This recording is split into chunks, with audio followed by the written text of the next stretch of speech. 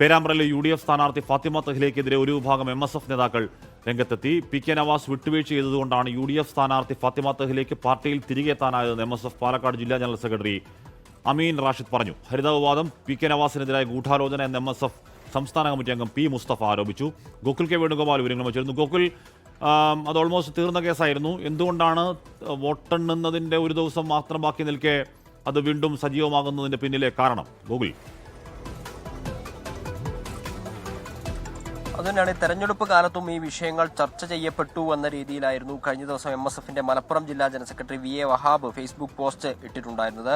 ഇപ്പോൾ നിരവധി ആളുകൾ ഈ പറയുന്ന മുൻ ഹരിത നേതാക്കൾക്കെതിരെ രംഗത്ത് വരികയാണ്. നമുക്കറിയാം, മുസ്ലിം ലീഗിനെ പിടിച്ചുലച്ചൊരു വിവാദമായിരുന്നു ഹരിത വിവാദം. അത് പിന്നീട് പാർട്ടി തന്നെ മുസ്ലിം ലീഗിന്റെ ഉന്നതാധികാര സമിതി ചർച്ച ചെയ്യുകയും പരാതിക്കാർക്കെതിരെ നടപടിയെടുക്കുകയും പിന്നീട് നടപടിയെടുത്തവർ തന്നെ തെറ്റുതിരുത്തി മുസ്ലിം ലീഗിനകത്തേക്ക് തിരികെ വരികയും ഒക്കെ ചെയ്തിട്ടുള്ളതാണ്. അത് വീണ്ടും വിവാദമാകുന്നു എന്നുള്ളതാണ് ഈ ഘട്ടത്തിലെ സുപ്രധാനമായിട്ടുള്ള കാര്യം. ഈ പറഞ്ഞതുപോലെ ഹരിത നേതാക്കളായിട്ടുള്ള ഫാത്തിമ തഹ്ലിയ അല്ലെങ്കിൽ മുഫീദ തസ്നി ഉൾപ്പെടെയുള്ള ആളുകൾ താനൂരിൽ MSFന്റെ സംസ്ഥാന പ്രസിഡന്റ് PK നവാസ് മത്സരിക്കുന്ന സാഹചര്യത്തിൽ അവർ ആ രീതിയിൽ, അതായത് ഈ ഹരിത വിവാദം എന്നത് യഥാർത്ഥത്തിൽ നടന്നതായിരുന്നു, പക്ഷേ പാർട്ടി അത് തീർത്തതാണല്ലോ എന്ന രീതിയിലുള്ള സ്ക്രീൻഷോട്ടുകൾ താനൂരിൽ ഉൾപ്പെടെ പ്രചരിപ്പിച്ചു എന്ന രീതിയിലുള്ള ഒരു പ്രതികരണമായിട്ടായിരുന്നു കഴിഞ്ഞ ദിവസം MSFന്റെ മലപ്പുറം ജില്ലാ ജനറൽ സെക്രട്ടറി VA വഹാബ് രംഗത്തെത്തിയത്. അത് പിന്നാലെ വഹാബിന് പിന്തുണയുമായി ഈ ഹരിത നേതാക്കൾക്കെതിരെ കൂടുതൽ ആളുകൾ രംഗത്ത് വരികയാണ്. ഹരിത നേതാക്കൾ മാപ്പപേക്ഷിച്ചതിനാണ് പാർട്ടിയിലേക്ക് തിരികെ എടുത്തത് എന്നിവർ പറയുന്നു. യഥാർത്ഥത്തിൽ PK നവാസ് ആയിരുന്നു ഇതിലെ ഇര. PK നവാസിനെതിരെ ഗൂഢാലോചന നടത്തുകയായിരുന്നു ഹരിത നേതാക്കൾ ചെയ്തത്. മാധ്യമങ്ങൾക്ക് വ്യാജ വാർത്ത നൽകിയതിന് ഒരുപക്ഷെ നവാസ് അവിടെ ജയിച്ചേക്കും എന്ന് ചില പോളുകൾ പറയുന്നു. പേരാമ്പ്രയിൽ കടുത്ത പോരാട്ടം നടക്കുന്നു. ശരി, ഇപ്പോൾ ഗോകുൽ പറയുന്ന കാര്യങ്ങളൊക്കെ ഈ പറഞ്ഞ കഴിഞ്ഞ കാലങ്ങളിലൊക്കെ ലീഗിൽ ഒരുപാട് ചർച്ച ചെയ്തതാണ്. അതിപ്പോൾ വരുന്നതിന്റെ കാര്യം കാരണം പിടികിട്ടുന്നില്ല.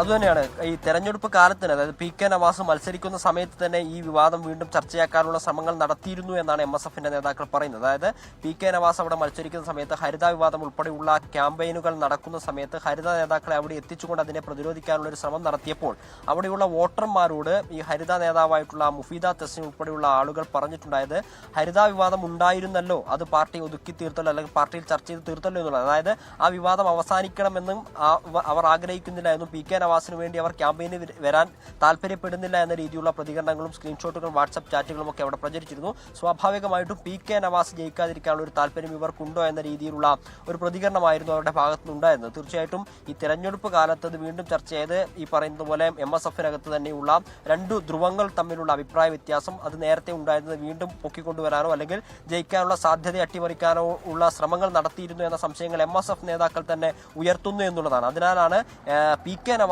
ആയിരുന്നു ഇല, PK നവാസിനെതിരെ ഗൂഢാലോചന നടത്തുകയാണ്, ഇപ്പോഴും PK നവാസിന്റെ പച്ച മാംസം കൊത്തിക്കീറാനാണ് ഇവർ ശ്രമിക്കുന്നത് എന്ന തരത്തിലുള്ള പ്രതികരണങ്ങൾ നടത്തുന്നത്. തീർച്ചയായിട്ടും ഇത് വീണ്ടും വിവാദമാകുമ്പോൾ മുസ്ലിം ലീഗിന്റെ സമുന്നതരായ നേതാക്കൾ ഈ വിഷയത്തിൽ ഇടപെടേണ്ടതാണ്. കാരണം നേരത്തെ മുസ്ലിം ലീഗിന്റെ തന്നെ പരമോന്നത ബോഡിയായിട്ട് ഉന്നതാധികാര സമിതി ഈ വിഷയമൊക്കെ ചർച്ച ചെയ്യുകയും 3 അംഗ കമ്മീഷനെ നിയമിക്കുകയും ഈ വിഷയം ചർച്ച ചെയ്യുകയും പഠിക്കുകയും തീരുമാനമാക്കുകയും ഒക്കെ ചെയ്തിട്ടുള്ളതാണ്. അതെന്തുകൊണ്ട് ഇപ്പോൾ വീണ്ടും ഉയർന്നു വരുന്നു എന്നുള്ളത്, തെരഞ്ഞെടുപ്പ് കാലത്ത് ഉയർന്നു വരുന്നു എന്നുള്ളത് ഈ വിഭാഗീയതയുടെ ഭാഗമായിട്ടാണോ മറ്റെന്തെങ്കിലും താല്പര്യം ഈ പറയുന്ന ആളുകൾക്കുണ്ട് എന്നുള്ളത് മുസ്ലിം ലീഗ് മറുപടി പറയേണ്ട ഒരു വിഷയമാണ്.